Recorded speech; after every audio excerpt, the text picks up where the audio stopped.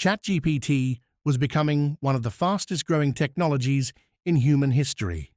Then, OpenAI made one decision that almost destroyed everything it had built. In just 5 days, its CEO was fired. Its president resigned. Hundreds of employees threatened to quit. And Silicon Valley watched one of the biggest AI companies in the world begin to collapse. This is the story of how it happened, and the one decision that started it all. San Francisco, November 17th, 2023. OpenAI is weeks away from selling employee shares at an $86 billion valuation. Sam Altman is arguably the most talked-about executive in tech. He's watching the Las Vegas Grand Prix when a Google Meet invite appears on his phone. He joins the call. 5 minutes later, he no longer runs OpenAI. The board, 4 people, Ilya Sutskever, Adam D'Angelo, Tasha Macaulay, and Helen Toner, has voted to remove him as CEO, effective immediately. Altman, they say, was not consistently candid in his communications with the board. No further explanation, no warning to employees, no plan for what comes next. Within hours, Greg Brockman, OpenAI's co-founder, president, and Altman's closest ally, resigns. "I'm super proud of what we've all built together since starting in my apartment 8 years ago," he writes, "but based on today's news, I quit." 3 senior researchers follow him out. The board has just fired the CEO of one of the most valuable AI companies in the world, and they don't have a successor ready, a communications plan, or apparently, the votes to survive what happens next. Microsoft stock drops nearly 3% within hours. OpenAI's own CTO, Mira Murati, is named interim CEO for less than 72 hours. Behind the scenes, Microsoft CEO Satya Nadella is already on the phone, trying to broker Altman's return.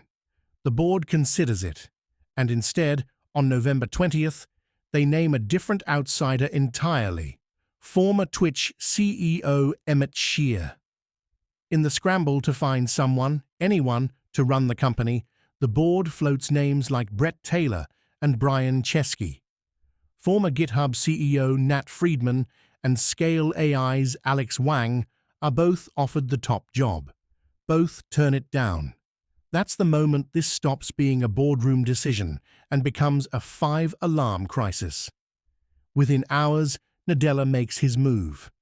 We're extremely excited to share the news that Sam Altman and Greg Brockman, together with colleagues, will be joining Microsoft to lead a new advanced AI research team, he announces, OpenAI's own CEO and co-founder, walking straight into their biggest investors' building.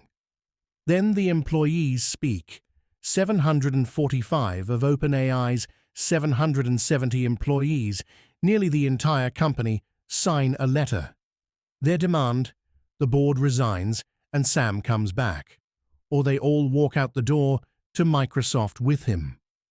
Ilya Sutskever, the chief scientist who voted to remove Altman 3 days earlier, breaks first.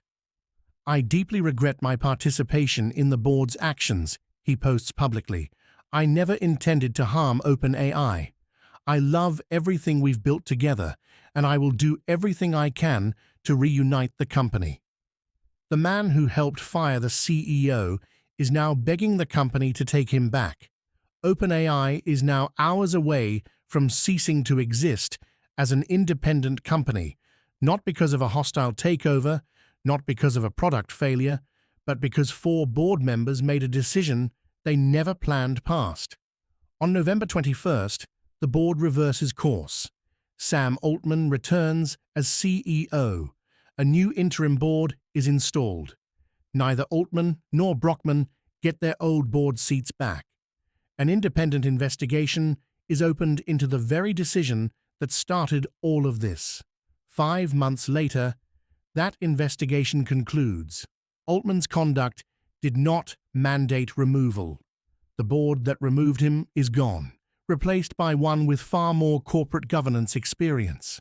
Sutskever himself leaves OpenAI entirely within the year.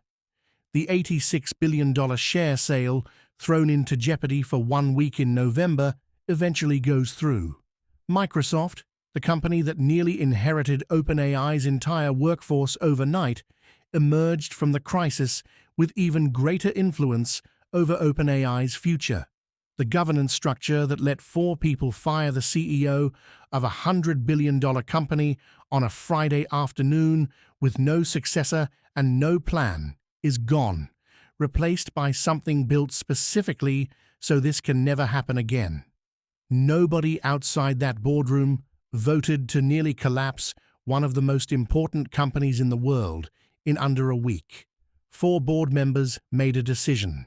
They believed it was necessary, but they were never prepared for what came next. OpenAI survived, but its leadership changed, its governance changed, and the company shaping the future of artificial intelligence would never be the same again. And that's how one bad decision changed everything.